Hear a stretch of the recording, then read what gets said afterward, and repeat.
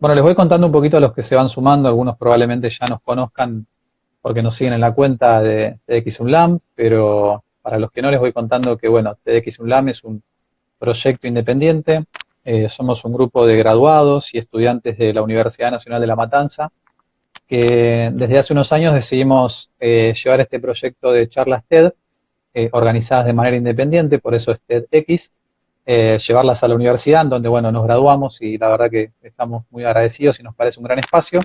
Y bueno, hicimos un primer evento en el año 2017 y el año pasado, 2019, hicimos otro evento, así que ya tenemos dos ediciones de TEDx Unlam.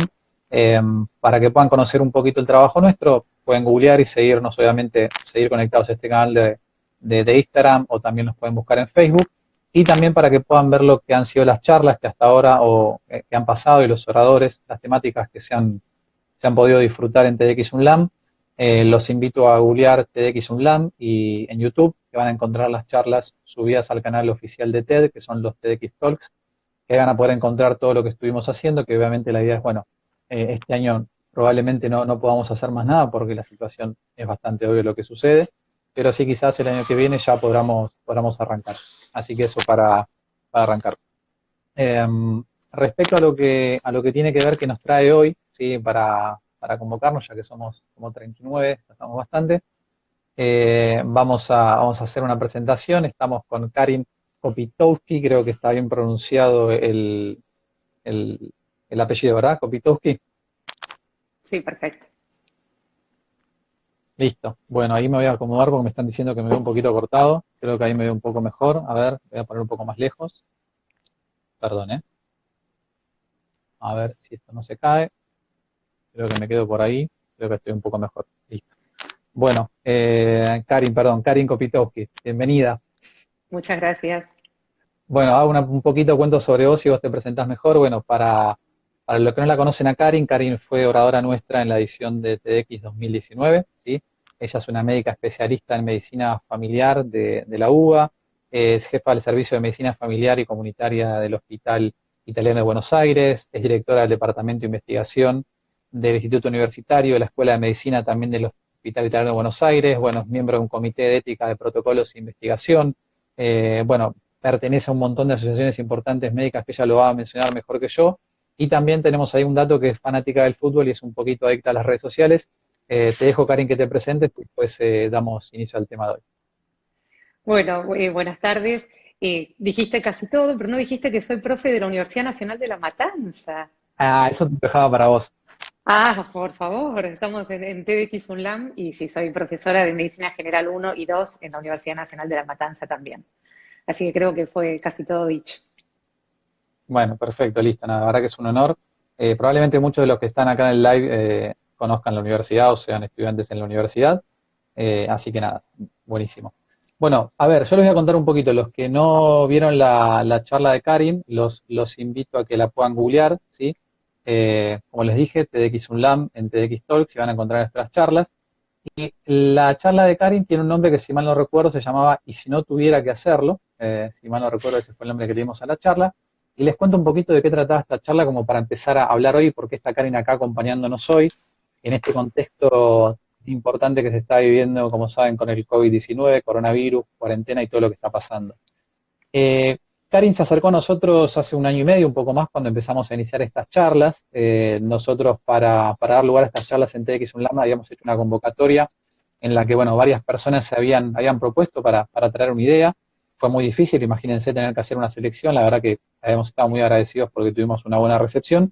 Y Karin nos planteó un tema que ella va a saber explicar mejor que yo, pero que se trata de lo que hablamos, lo que se habla en medicina como las decisiones compartidas. Esto, por lo que yo aprendí de la charla, tiene que ver con entender el rol no solo del médico como la autoridad, ¿sí? Frente a la medicina, sino también el paciente con cierta decisión, con cierta peso en lo que tiene que ver con su cuerpo y poder entender de que hay a veces un ida y vuelta entre lo que el médico recomienda como tratamiento, como avanzar, y que el paciente también tenga un rol activo en eso, que no sea solamente alguien que está esperando que le dicen lo que tienen que hacer. Cuando hablábamos el otro día con Cari en este tema, que veníamos charlando, nos dimos cuenta de que hoy en día está pasando algo bastante diferente, porque hoy en día tenemos una enfermedad que todos la conocen y no sabemos hasta qué punto esto es así. Entonces, para iniciar la charla es preguntarte qué pasa hoy con las decisiones compartidas entre el médico y el paciente. ¿En qué lugar ubicamos hoy en día a los pacientes y a los médicos? Bueno, la verdad que para mí que soy una defensora de las decisiones compartidas, esto es una situación muy compleja porque en un aspecto la autonomía del paciente no tiene ningún lugar. En este momento la autoridad sanitaria nos dice lo que tenemos que hacer y en las decisiones compartidas donde normalmente uno le da voz al paciente para que elija, ahora hay una situación que no podemos elegir y es este aislamiento social preventivo y obligatorio en donde no importa lo que cada uno de nosotros piense, lo tenemos que cumplir. Entonces eso nos deja en una situación incómoda a los que verdaderamente defendemos la autonomía de los pacientes y nos hace preguntar qué rol ocupa esto que son las decisiones compartidas, que es parte de una estrategia mayor que es la medicina centrada en las personas. ¿Qué lugar ocupa la medicina centrada en las personas cuando todos tenemos que hacer lo que nos dicen que tenemos que hacer? Y nosotros, especialmente los médicos de familia, pero no somos los únicos, pero especialmente nosotros, tenemos esa mirada centrada en las personas, que ahora estamos con un corset y esa mirada centrada en las personas está en este marco. Entonces, a nosotros nos incomoda bastante porque a nosotros nos gustan los trajes a medida para las personas que atendemos y ahora hay un traje que nos engloba a todos y hay que buscar esos lugarcitos donde todavía podemos seguir haciendo un traje a medida para nuestros pacientes.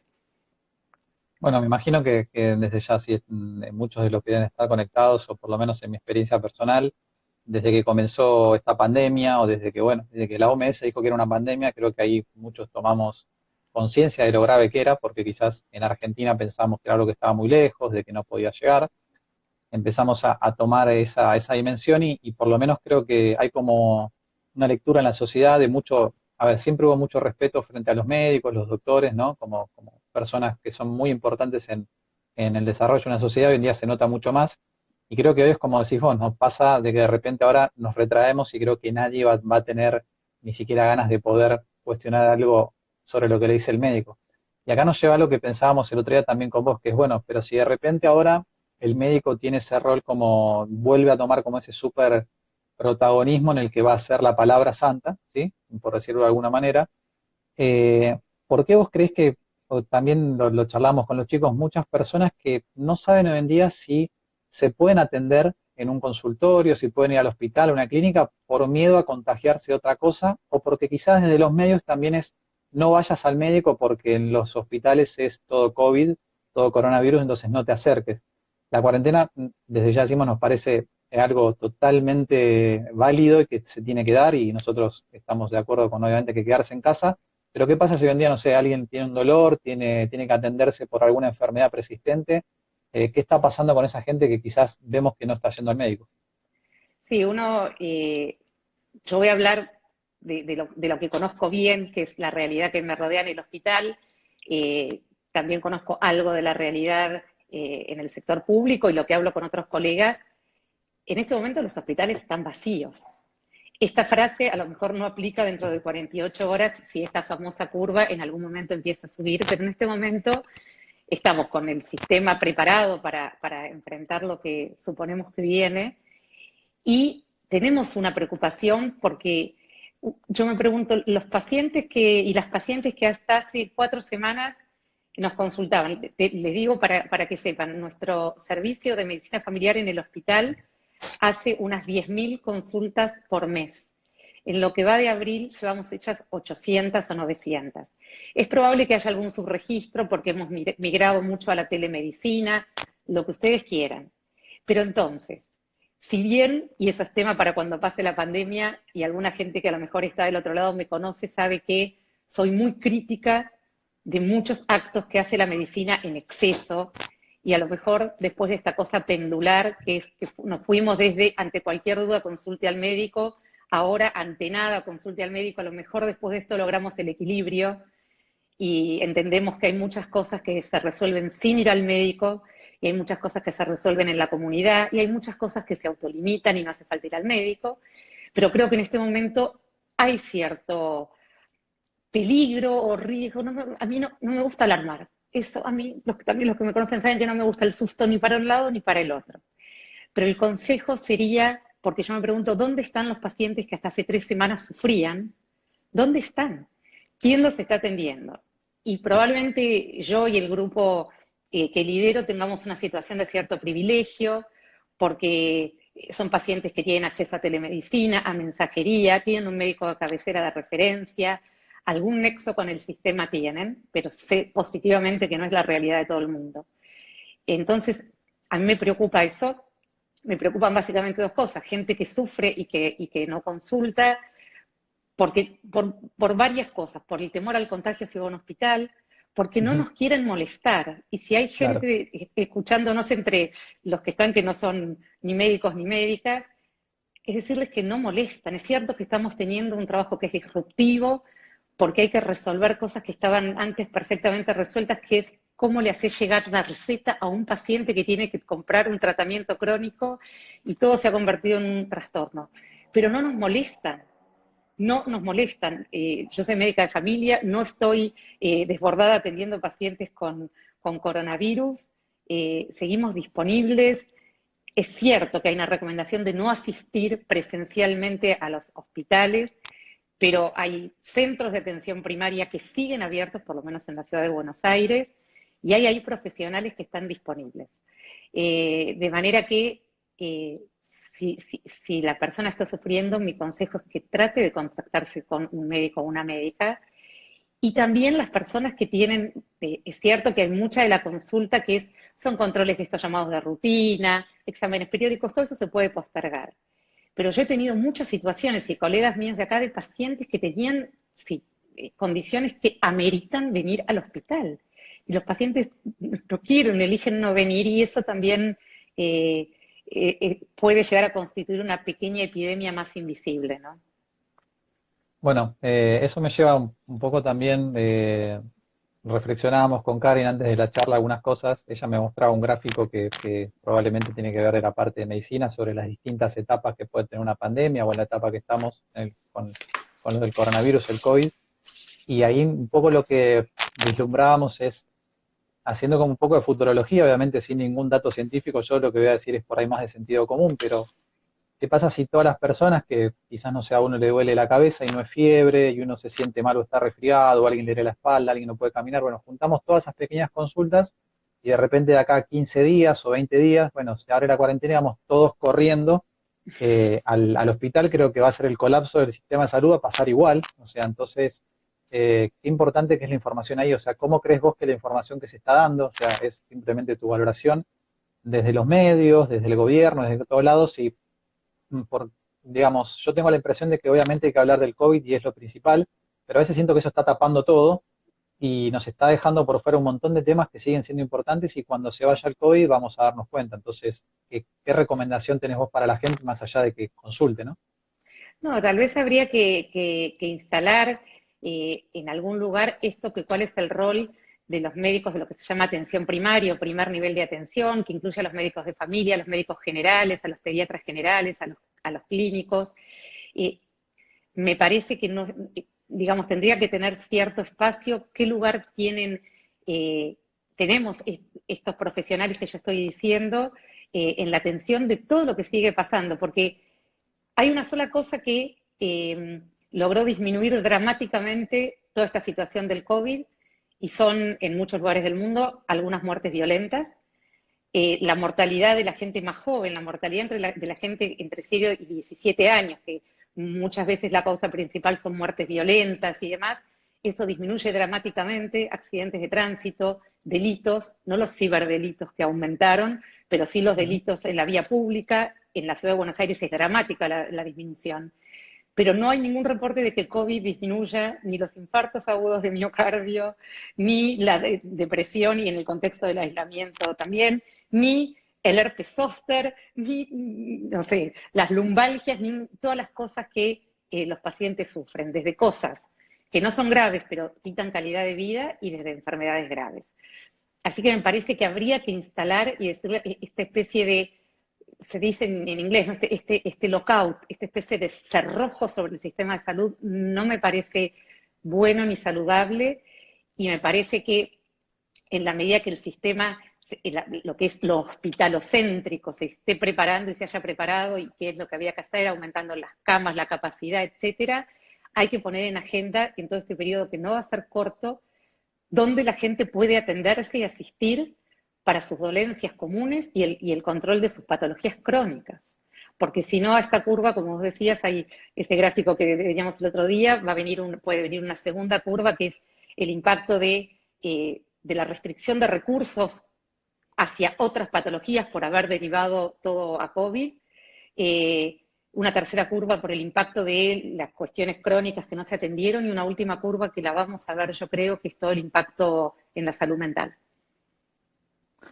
Bueno, ahí también, digamos, no sé si por tu rol, siendo médica de familia, probablemente también era una pregunta que se me ocurre en este momento, que no lo teníamos pensado, pero en tu rol de atender las familias, y hay algo más allá de las terapias específicas, quizás los psicólogos, los psiquiatras, que bueno, hay muchas recomendaciones, como te digo, los medios a veces informan, después está la infodemia cuando hay una sobreinformación y uno a veces no sabe dónde estar.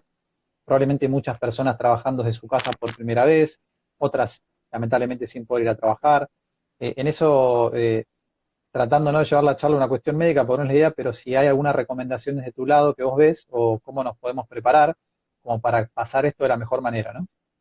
Bueno, vos dijiste al principio que me gustaba el fútbol y me acabas de tirar un centro impresionante, porque volvemos al tema de la medicina centrada en las personas. Es cierto que hay un montón de recomendaciones que a veces es difícil encontrar el equilibrio porque a veces yo siento que los sobrecargamos más a las personas, que aparte de bancarse la cuarentena sin chistar y sin ver a los nietos, además tenés que hacerte una rutina de gimnasia 4 veces por día, pero no solo eso, además tenés que pensar en positivo y además, y a lo mejor hay que hacer en algunos momentos un poco de silencio y en ese centro que me tiraste, sí hay lugar para una pregunta que está en el corazón de la toma de decisiones compartidas y es escuchar un poco y preguntarle a las personas qué es importante para vos.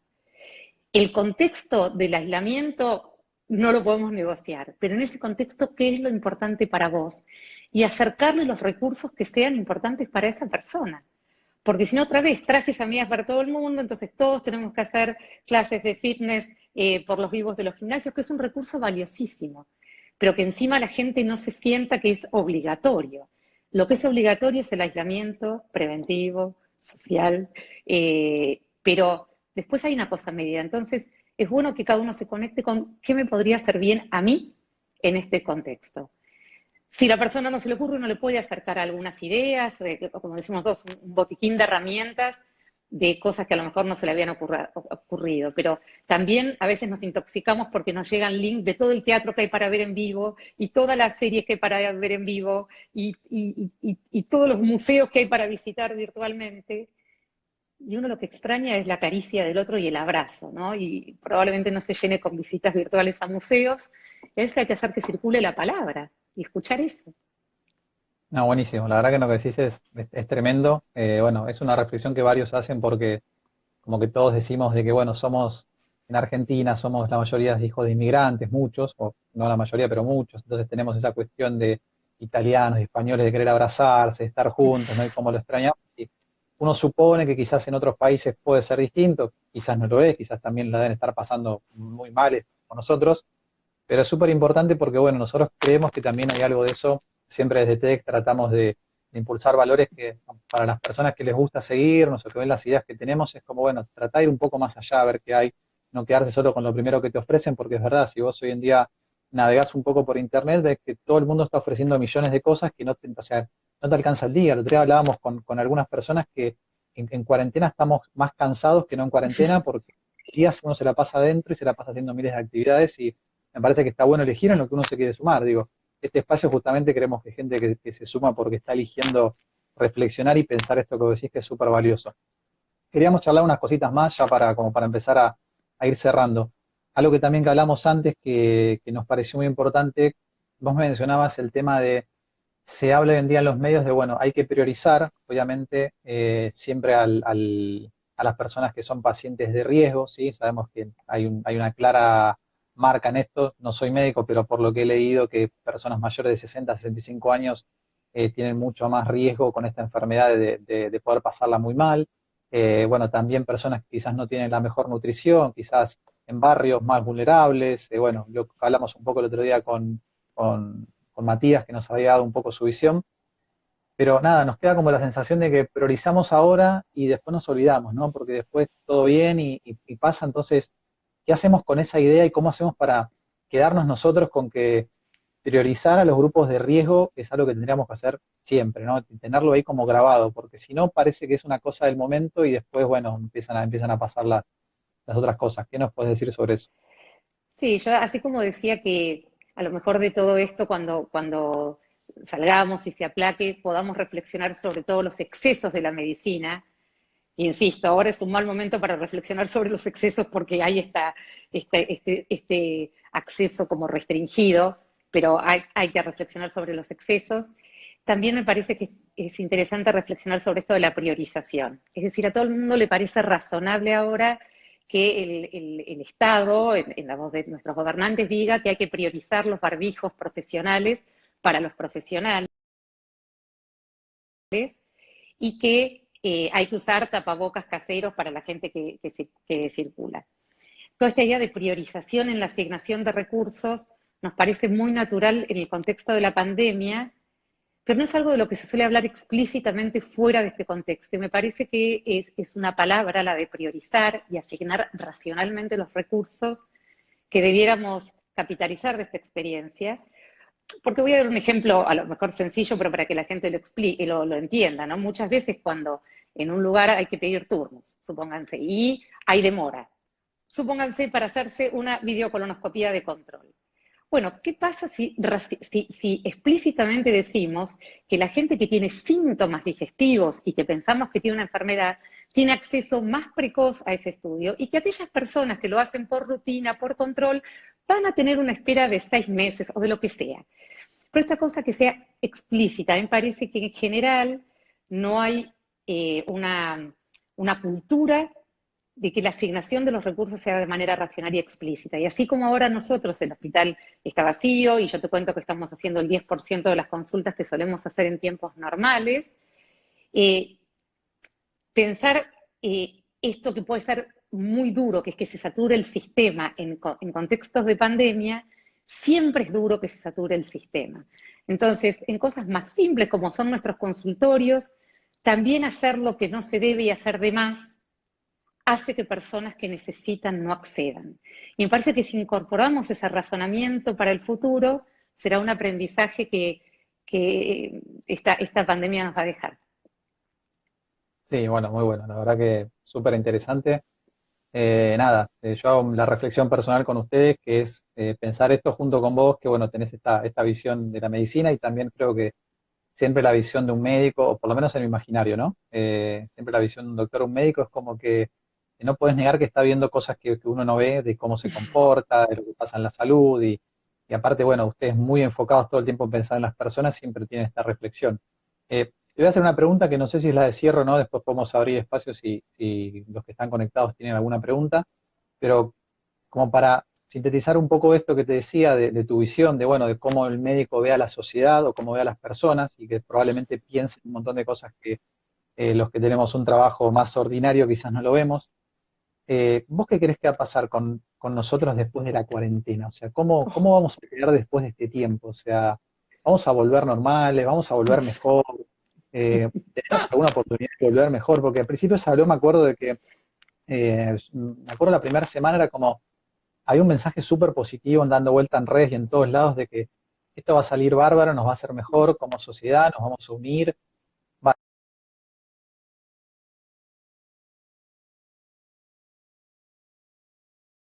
y quiero que salga a todo a ser como los problemas estructurales, ¿no? La economía, la política, bueno, los sindicatos. Digo, no sé qué va a pasar la semana que viene, cuál va a ser el tema del que se va a hablar, pero al fin y al cabo seguimos estando las personas encerrados, en el mejor de los casos los que tienen una casa, un patio y pueden salir a hacer algo, los que estamos en un departamento nos acomodamos como podemos, algunos que quizás no tienen las mejores condiciones, digo, varias características, pero ¿qué va a pasar con nosotros después de la cuarentena? ¿Cómo nos vamos a poder enfrentar a esto? Te voy a corregir una cosa porque en un momento dijiste las personas ordinarias como comunes.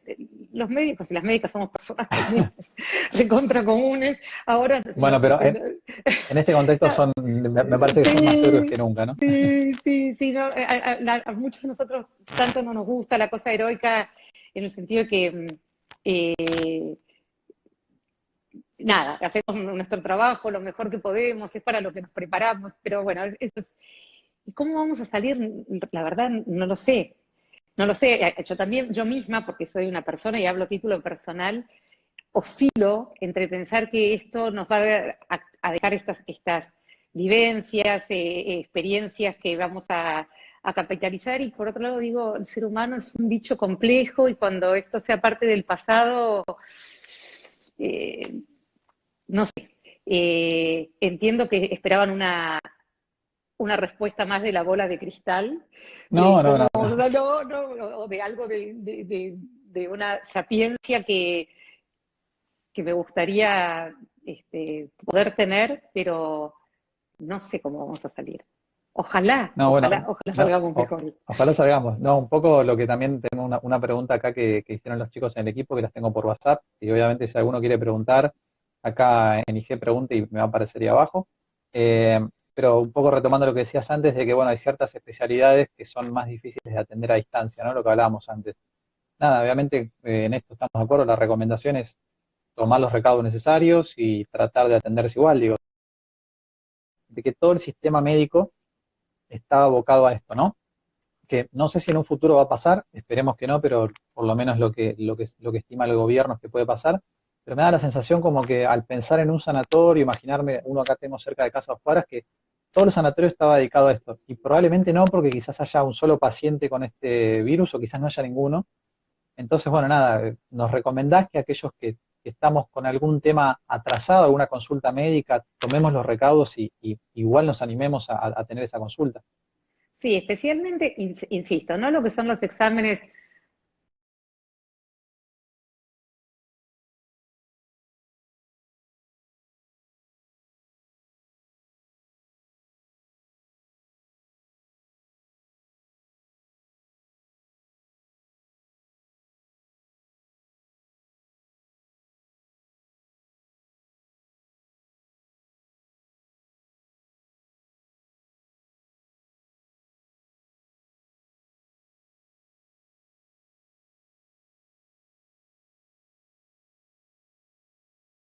Que fue muy difícil de convencer, y sin ir a estos casos de fractura o enfermedad hematológica, que no tiene por qué ser, hay millones de dolencias. Entonces, es cierto que lo ideal es que si uno tiene un sistema que le permite hacer una primera aproximación por un sistema remoto, como es un sistema de mensajería, porque su obra social o su prepaga se lo cubren, o un teléfono, es bueno hacer lo que se llama ese triage a distancia, salvo que sea un síntoma agudo. Esto no nos tiene que hacer anular el sentido común. Toda la vida, si a uno le dolió el pecho de manera aguda, con una sensación opresiva, uno volaba a una guardia. Pues tiene que volar a la guardia. Y si uno pierde la fuerza en un miembro y la gente lo conoce perfectamente como una sospecha de accidente cerebrovascular, tiene que volar a la guardia. O sea, no nos puede anular el sentido común esto. Los síntomas graves, justo me falta el aire, es un síntoma también de COVID, pero no es lo único que va con ese síntoma. O sea que el sentido común no se nos debe anular. Y, y otra vez, si no es una extrema urgencia como las que yo contaba recién, si hay una forma de contacto remoto es lo ideal, pero si uno tiene dudas, si no se siente bien, tiene que consultar. Probablemente mejor en el primer nivel de atención, en el caso de la Ciudad de Buenos Aires, en los centros de atención primaria, que siguen abiertos, y no venir a los hospitales, eso es razonable. Bien, sí, ahí recupero dos preguntas que tenía que no las había visto, perdón. Una era, ¿por dónde se debe comenzar a reevaluar el sistema de salud? Esa es una pregunta que hicieron. Y la otra, bueno, después si también las querés responder juntos, ¿hasta dónde es posible atender con telemedicina? La pregunta de reevaluar el sistema, volverlo a evaluar. Sí, Y yo creo que eso puede ser una cosa positiva que nos deje, porque el sistema de salud en la Argentina no existe en singular, no hay un sistema de salud.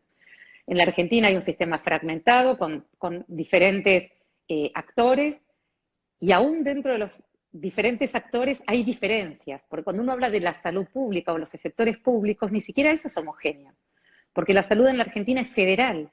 Y cada provincia, como ustedes mismos habrán visto en estos días, provincias que iban tomando decisiones de antes de que empiece la cuarentena para todos, ¿no? Provincias que ya habían decretado la cuarentena, o digamos, la salud no es algo que, digamos, el Estado Nacional tiene un rol rector, pero los efectores últimos de la salud son provinciales y a veces municipales.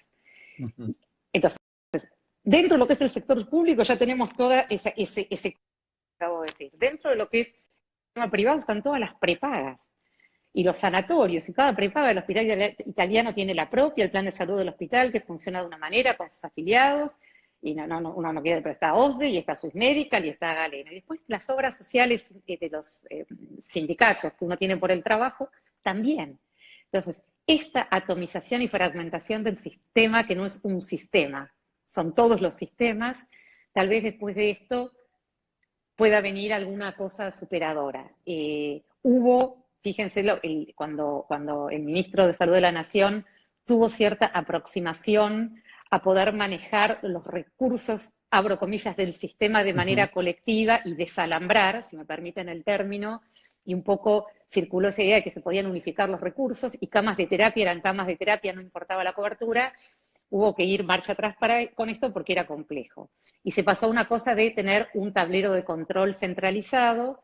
Bueno, me parece que son ideas sobre las que va a haber que ir pensando, y a lo mejor va a haber que reevaluar cómo está organizada la salud en la Argentina. Así que esa era una pregunta que no sé si la Bien, y la respondí. otra te la retomo cortita, era sobre la telemedicina. ¿Hasta dónde crees Bueno, que nos puede servir en este caso? bueno, creo que en realidad doy gracias de que exista, porque en este contexto la verdad que ha ayudado un montón. A los que es especialmente valiosa cuando uno conoce a los pacientes, lo dice toda la literatura médica, ¿no? La verdad que atender a distancia a alguien que uno no conoce es más difícil. En ese sentido, yo personalmente estoy en una situación de privilegio porque mis pacientes los atiendo hace mucho tiempo.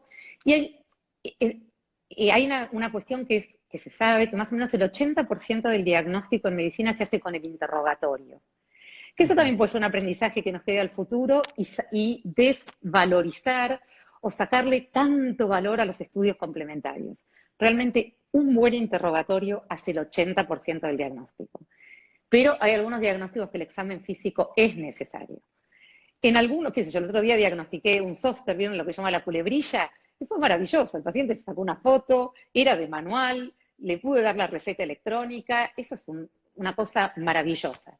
Pero a lo mejor tengo un paciente que ahí lo tengo dando vueltas por telemedicina con un dolor abdominal que nos tomamos hasta mañana. Si mañana el cuadro sigue, un dolor abdominal nuevo, hay que revisarlo. No hay manera. Claro. Así que globalmente el 80% del diagnóstico se puede hacer con un buen interrogatorio. La experiencia que estoy teniendo con esta telemedicina, que se parece mucho a esto que estamos haciendo, ¿no? Vos con una cámara, yo con otra, es que a veces no nos instalamos cómodamente. O sea, en la consulta presencial, la gente siente que tiene un tiempo y un espacio, y lo que yo personalmente estoy viendo en la telemedicina, tal vez porque sea en este contexto de pandemia, es que la gente siente que estamos un poquito de paso. Y tienen un turno a lo mejor, un turno asignado, que nos vemos por la cámara y saben que estoy con la historia, pero bueno, no, te quería decir que pim, pum, ¿no? Y son 10 minutitos. Creo que es un gran avance, si no eso hubiera sido muchísimo más complicado, pero bueno, tiene algunas limitaciones, ¿no? No, bueno, la verdad que es súper claro. Ahí, bueno, obviamente están dejando comentarios de la claridad. La verdad que siempre súper agradecidos de acá.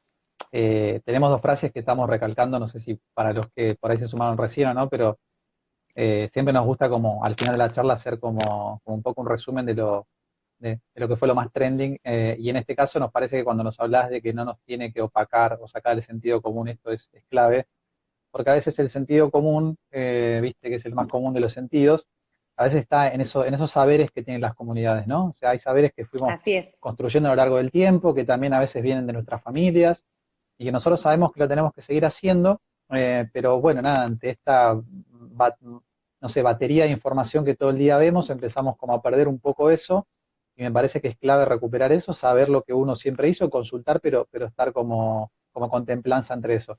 Y después esto que nos decís de los interrogatorios, que entre un 80 y un 90% de los diagnósticos se dan con un buen interrogatorio, a mí me parece fantástico porque yo también recuerdo cuando comenzó esto, yo me preguntaba, digo, bueno, pero alcanza con que uno llame a un teléfono y conteste unas preguntas. Bueno, yo había venido de viaje hace un mes, por suerte, pero también me acuerdo que tuve que firmar ese documento que hizo el Ministerio de Salud, donde había unas preguntas que yo dejaba, preguntas en el aeropuerto, y yo tenía esta pregunta dando vueltas, no digo, bueno, pero más allá de que, bueno, te toman la fiebre, hay un escáner, con esto solo alcance, me parece que queda más en evidencia ahora que responder a esas preguntas bien, ser sincero, y confiar en el médico, o sea, volver de nuevo, ¿no? O sea, lo que decíamos antes, ahora confiar en el médico, confiar que está haciendo un diagnóstico correcto, nada, nos parece súper bien. Hay algunas preguntas más, no sé si tenés un ratito más, te preguntamos, Yo tengo un ¿sí? ratito, sí, sí. Bueno, súper.